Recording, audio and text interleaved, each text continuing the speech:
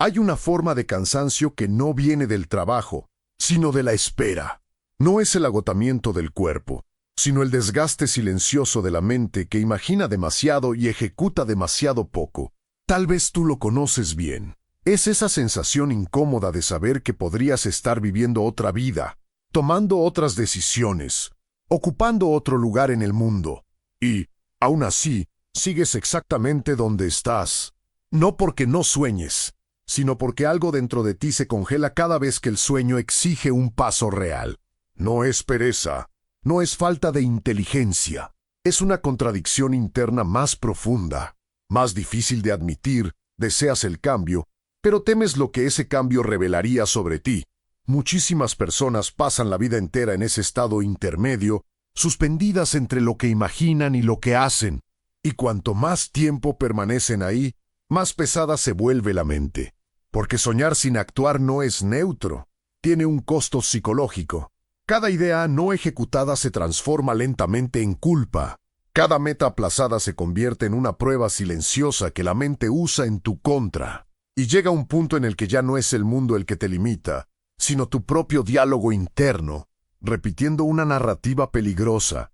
Algún día, cuando esté listo, cuando las condiciones sean mejores. Si observamos con honestidad brutal, el problema no es que la gente no sepa qué quiere. La mayoría lo sabe. El problema es que no soporta la incomodidad emocional que aparece justo después de reconocerlo. Porque desear algo de verdad implica aceptar una verdad incómoda. Si no actúas, no es por falta de oportunidad, sino por miedo. Y ese miedo rara vez es consciente.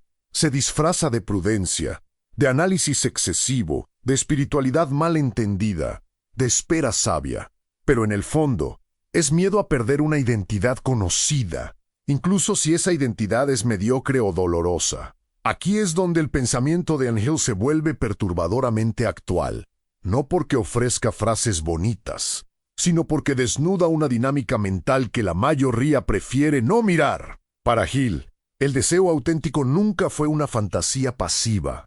Él veía una diferencia radical entre soñar y desear. El sueño es cómodo porque no exige consecuencias. El deseo verdadero, en cambio, presiona, incomoda, empuja a la acción. Y cuando esa acción no ocurre, algo se rompe internamente. Hill observó que la mente humana tiene una habilidad extraordinaria para engañarse a sí misma, especialmente cuando se trata de postergar decisiones importantes. La persona se convence de que está preparándose, cuando en realidad está evitando. Se dice que está esperando el momento correcto, cuando lo que espera es sentir menos miedo. Pero el miedo no desaparece con el tiempo, se fortalece. Y cuanto más se fortalece, más racional parece. Hay una trampa silenciosa aquí. Cuando no actúas, tu mente empieza a adaptar tu identidad a esa inacción. Empiezas a verte como alguien realista, prudente, espiritual, consciente. Cualquier etiqueta que te permita no enfrentar el hecho central, estás traicionando una intuición profunda que no se va a callar. Y esa intuición, ignorada durante años, no se convierte en paz, se convierte en ansiedad difusa, en irritación constante, en la sensación de estar viviendo una vida que no te pertenece del todo. Hill entendía que el mayor enemigo del ser humano no es la falta de recursos, sino la falta de decisión sostenida. Decidir no es pensar. Decidir es comprometerse con una dirección aunque el miedo siga presente. Y aquí aparece una verdad incómoda que pocos canales se atreven a decir en voz baja. Muchas personas no fracasan porque lo intentan y fallan. Fracasan porque nunca se permiten intentarlo de verdad. Permanecen en un ensayo mental infinito, donde todo parece posible porque nada es real. Si este tipo de reflexión resuena contigo, si sientes que alguien finalmente está poniendo palabras a un conflicto que llevas años cargando en silencio, considera suscribirte. No porque este canal prometa soluciones fáciles, sino porque aquí se exploran verdades que la mayoría evita. Y tal vez, solo tal vez, escuchar estas ideas con regularidad te obligue a dejar de mentirte con elegancia, porque el precio de soñar sin actuar no se paga de inmediato, se paga con intereses. Se paga en forma de arrepentimiento tardío, de comparaciones silenciosas, de preguntas que aparecen de noche cuando todo está en silencio, y si hubiera hecho algo distinto. Él no hablaba desde la motivación superficial, sino desde una observación cruda del comportamiento humano. Y lo que veía era claro: la mente que no se entrena para actuar termina entrenándose para justificar. Antes de seguir avanzando, quiero dejarte con una pregunta incómoda. No para que la respondas aquí, sino para que la sientas. ¿Cuántas veces has llamado paciencia a lo que en realidad era miedo? ¿Cuántas veces has dicho todavía no cuando, en el fondo, sabías que ese no era una forma elegante de rendirte sin admitirlo? Si te atreves, puedes dejar un comentario compartiendo esa experiencia, no como confesión pública, sino como un acto íntimo de honestidad. A veces, nombrar el conflicto es el primer gesto real de acción. Hay un momento específico en el que el autoengaño se vuelve peligroso. No ocurre cuando sueñas por primera vez, sino cuando empiezas a construir una narrativa para explicar por qué todavía no has hecho nada. Es ahí donde la mente, con una precisión casi quirúrgica, empieza a protegerte del dolor inmediato a costa de tu futuro. Y lo hace de una forma tan sofisticada que ni siquiera parece sabotaje.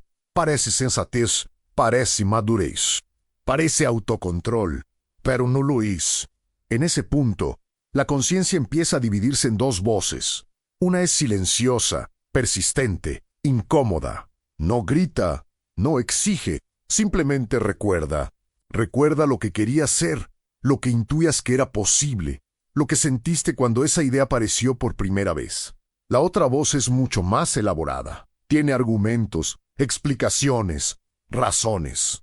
Esa es la voz que dice que el mundo está difícil, que no es el momento, que necesitas aprender un poco más, que otros ya lo intentaron y fracasaron. Esa voz no busca la verdad, busca estabilidad emocional. Aquí aparece una de las observaciones más inquietantes del pensamiento de Hill. Aunque rara vez se dice con estas palabras, la mente humana no huye del fracaso, huye de la exposición. Actuar implica exponerte a una versión de ti que todavía no controlas. Implica aceptar que por un tiempo no serás competente, no tendrás certeza, no tendrás validación. Y para muchas personas, eso es intolerable. Prefieren una frustración conocida antes que una incertidumbre honesta. Por eso, soñar se vuelve una especie de refugio. Mientras el sueño permanece en el plano mental, no puede ser juzgado. Nadie puede medirlo, nadie puede criticarlo, nadie puede demostrar que no eres capaz. En la imaginación todos somos coherentes, disciplinados, visionarios. El problema es que la identidad no se construye en la imaginación, se construye en la fricción con la realidad. Y esa fricción siempre revela algo que el ego preferiría esconder. Hill entendía que el deseo auténtico genera tensión interna. No calma, no tranquiliza. El deseo real perturba porque exige alineación entre lo que piensas, lo que sientes y lo que haces. Cuando esa alineación no ocurre, la mente necesita resolver la disonancia. Y casi siempre lo hace de la forma más cómoda, ajustando la historia, no el comportamiento. Así nacen frases como "no era para mí", "ya no lo quiero tanto", "hay cosas más importantes". No siempre son mentiras conscientes, son anestesias emocionales. Lo más inquietante es que este proceso no se siente como una gran tragedia. Se siente como una lenta adaptación, un ajuste progresivo de expectativas. Primero abandonas la urgencia, luego abandonas la intensidad, después abandonas la idea y finalmente abandonas la pregunta. Cuando eso ocurre, desde fuera parece que estás en paz. Desde dentro, algo se apaga, no de golpe, sino como una luz que se va atenuando hasta que un día ya no recuerdas cuando dejó de brillar. Aquí hay una verdad que incomoda profundamente. La mayoría de las personas no fracasan por falta de talento, sino por exceso de negociación interna. Negocian consigo mismas todos los días. Negocian plazos, compromisos, estándares. Y cada negociación perdida debilita la autoridad que tienes sobre tu propia mente. Hill observó que cuando una persona se acostumbra a no cumplir sus propias decisiones, la mente aprende una lección peligrosa. Tus promesas internas no son serias. A partir de ahí, Algo cambia en la estructura psicológica. Ya no confías del todo en ti, no de forma explícita, sino sutil. Cuando surge una nueva idea, una nueva intuición, una nueva posibilidad, una parte de ti ya anticipa la rendición. Y esa anticipación mata la energía antes de que llegue a convertirse en acción. Es un ciclo silencioso difícil de detectar pero devastador a largo plazo. Si estás escuchando esto y sientes una incomodidad particular, no la ignores, no la tapes con distracciones. Esa incomodidad no es culpa, es lucidez. Y este canal existe precisamente para explorar ese tipo de verdades sin suavizarlas, sin convertirlas en eslóganes vacíos. Por eso, si aún no te has suscrito, tal vez este sea el momento. No como un gesto automático, sino como una decisión consciente de exponerte a ideas que no te dejan igual. Hay algo más que Hill entendía con claridad. La mente no cambia con comprensión, cambia con compromiso. Puedes entender estas ideas intelectualmente y seguir exactamente igual. La diferencia real aparece cuando decides dejar de protegerte del miedo y empiezas a observarlo, sin negociar con él, no para eliminarlo, sino para actuar a pesar de su presencia. Porque el miedo no es una señal de que estás equivocado. Muchas veces es la señal de que estás cerca de algo que importa. Antes de avanzar, te invito a hacer una pausa real, no ahora mismo, sino después. Pregúntate con brutal honestidad, ¿en qué área de tu vida llevas años soñando, analizando, esperando, pero evitando el primer paso concreto? Si te atreves, deja esa reflexión en los comentarios, no para buscar aprobación, sino para romper el pacto silencioso que has hecho con la inacción. Hay una frontera invisible que casi nadie cruza conscientemente. No está entre el éxito y el fracaso, ni entre la riqueza y la pobreza. Está entre la autoimagen cómoda y la verdad incómoda. Cruzarla no requiere talento extraordinario, pero sí algo mucho más raro, la disposición a dejar de proteger la versión de ti que ya conoces. Porque, en el fondo, la razón por la que tantos sueñan y tan pocos actúan no es falta de oportunidades, sino apego a una identidad que no quiere morir. Cuando una persona dice quiero cambiar mi vida, rara vez entiende lo que esa frase implica psicológicamente. Cambiar no es añadir algo nuevo, es renunciar.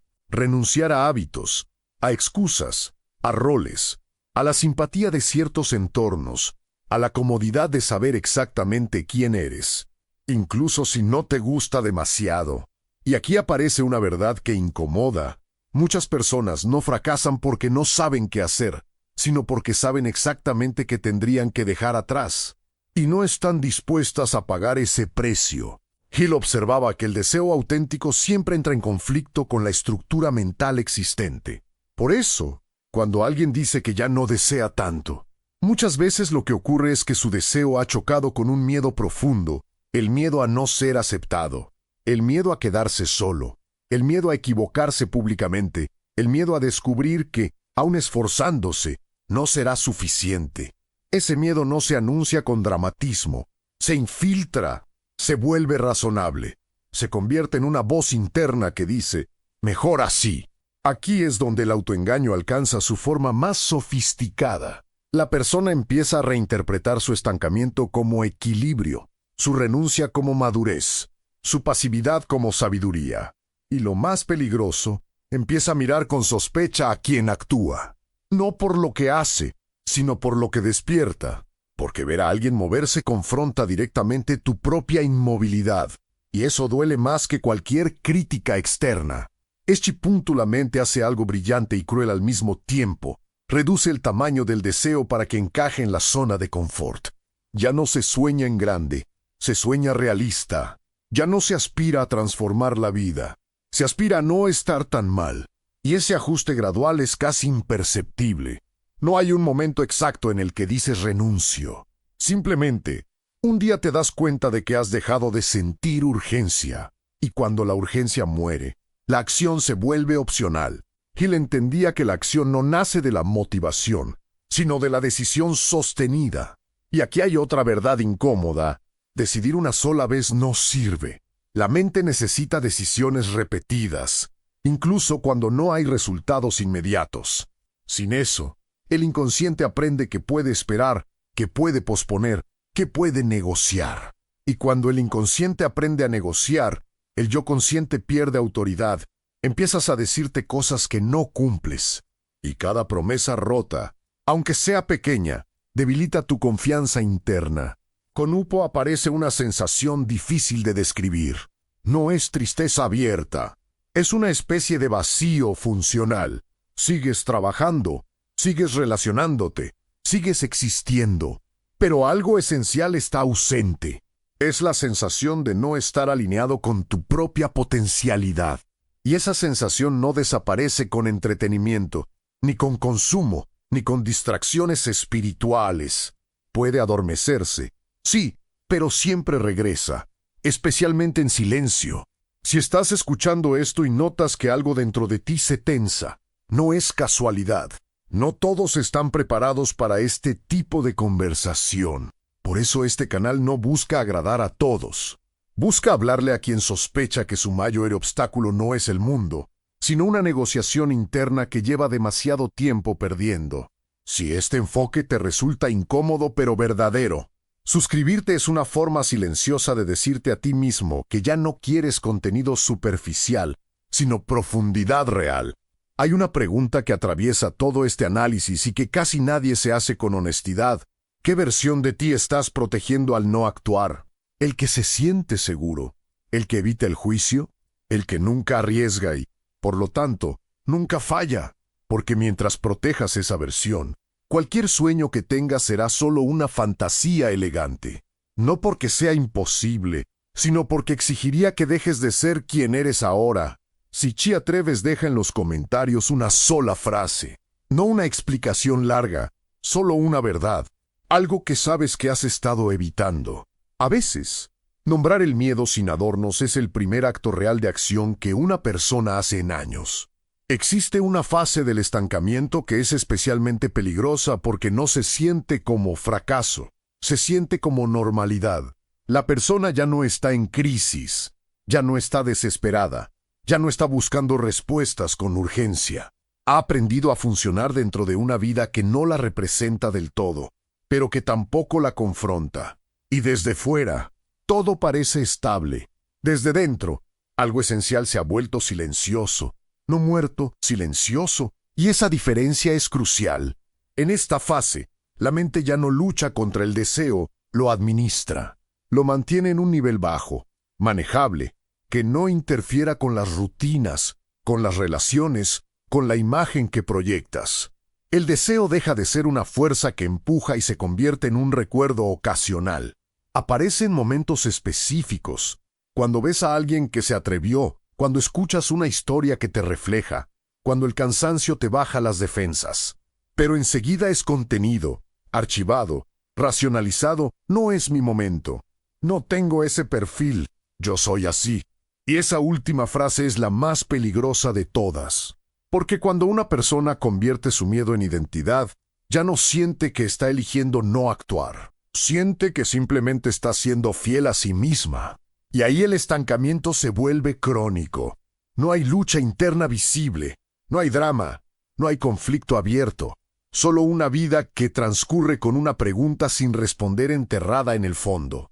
Y esa pregunta no grita, susurra, pero nunca desaparece.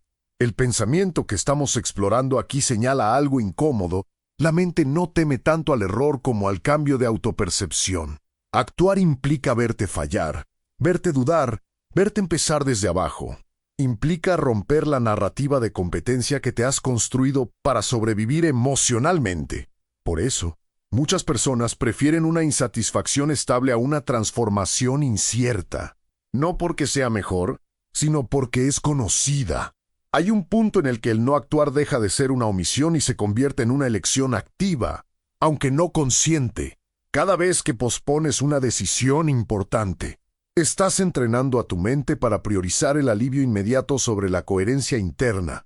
Y con el tiempo, esa prioridad se automatiza. Ya no tienes que convencerte, el cuerpo lo hace solo. Sientes cansancio cuando piensas en avanzar.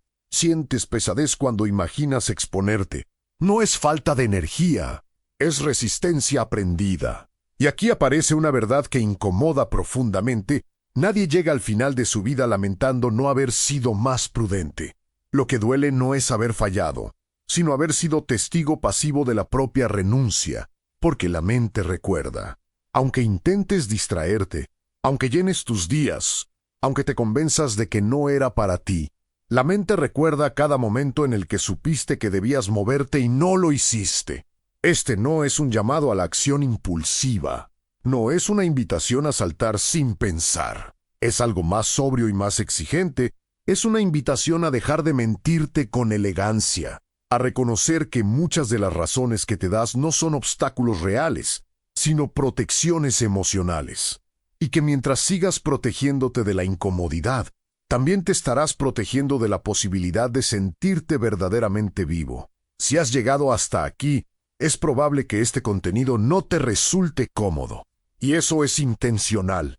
Este espacio no existe para tranquilizarte, sino para acompañarte en una reflexión que rara vez se permite en voz alta. Por eso, suscribirte no es un gesto trivial. Es una forma de decir que estás dispuesto a seguir escuchando ideas que no buscan agradar, sino revelar. Hay algo que sucede cuando una persona deja de actuar durante demasiado tiempo. Empieza a justificar incluso su propia apatía. Dice que ya no quiere tanto, que ha cambiado, que ahora valora otras cosas. Y a veces es cierto, pero muchas veces no es evolución. Es resignación sofisticada. Y la resignación, cuando no se reconoce, se convierte en una forma silenciosa de tristeza. Antes de avanzar al cierre, quiero que te quedes con una imagen mental, no como metáfora poética, sino como espejo. Imagina que nada cambia, que sigues exactamente igual durante los próximos 5, 10, 15 años. No peor, igual, que sientes en el cuerpo al pensarlo nulo aunalisis. No lo expliques. Siente la respuesta, porque esa respuesta es más honesta que cualquier argumento. Si esa sensación merece ser nombrada, puedes dejarla en los comentarios, no para buscar respuestas externas, sino para romper el silencio interno. A veces, escribir una sola frase es el primer acto de coherencia después de años de postergación.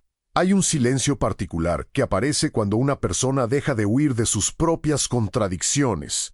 No es alivio inmediato, no es entusiasmo. Es un silencio denso, casi incómodo, porque en él ya no funcionan las excusas habituales. En ese silencio, la mente deja de entretenerse con escenarios futuros y empieza a confrontar una verdad simple y brutal. Nadie vendrá a rescatarte de la vida que estás construyendo con tu inacción. No como castigo, sino como consecuencia. El gran malentendido que muchos tienen sobre este tipo de reflexión es creer que el problema es no haber actuado antes. No lo es. El verdadero problema es seguir postergando mientras finges que no pasa nada, porque el tiempo no se detiene cuando dudas. La vida no entra en pausa cuando analizas.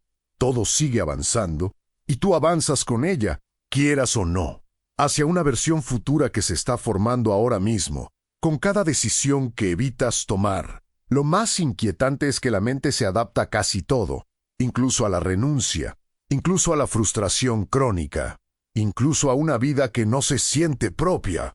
Se adapta bajando la intensidad emocional, reduciendo las expectativas, cerrando preguntas abiertas. Y desde fuera, esa adaptación parece madurez, pero por dentro suele sentirse como una desconexión progresiva de algo esencial. No sabes exactamente qué es, pero sabes que lo estás perdiendo. La visión psicológica que atraviesa todo este análisis no promete redención rápida ni finales épicos. Lo que propone es algo mucho más incómodo y, al mismo tiempo, más honesto.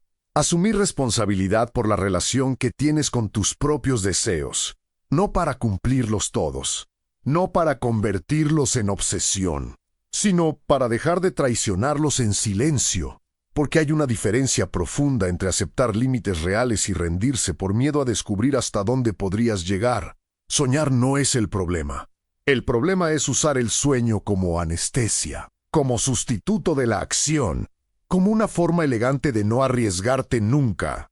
Y cuando eso ocurre durante años, la mente empieza a confundirse. Ya no sabe si desea de verdad o si solo repite ideas antiguas por costumbre. Y esa confusión es peligrosa, porque te aleja de ti mismo sin que te des cuenta. Tal vez no actúas porque esperas sentirte seguro. Tal vez porque esperas una señal clara. Tal vez porque esperas dejar de tener miedo. Pero aquí hay una verdad que rara vez se dice con claridad. La seguridad no precede a la acción. La acción precede a la seguridad. No porque elimine el miedo, sino porque te demuestra que puedes existir a pesar de él, y esa demostración no es intelectual, es vivida. Este no es un cierre motivacional. No hay una frase final que resuelva todo. La reflexión queda abierta porque la vida también lo está. La pregunta no es si actuarás mañana o la próxima semana. La pregunta real es más profunda y más incómoda. ¿Cuánto tiempo más estás dispuesto a vivir negociando contigo mismo antes de admitir que esa negociación te está costando algo que no podrás recuperar? Si este contenido te acompañó hasta aquí, no fue por casualidad. Algo en ti necesitaba escucharlo sin adornos. Suscribirte es una forma silenciosa de mantener abierta esta conversación, de no volver inmediatamente al ruido superficial que anestesia pero no transforma. Y si hay una frase, una sensación o una verdad que este video despertó en ti, escribirla en los comentarios no es para los demás, es para ti, para dejar constancia de que, al menos una vez, te miraste sin mentirte. El resto no depende de este canal, no depende de ideas, no depende de teorías. Depende de lo que hagas con ese silencio que ahora existe, porque en ese silencio, por primera vez en mucho tiempo, ya sabes exactamente qué te estás diciendo cuando decides no actuar.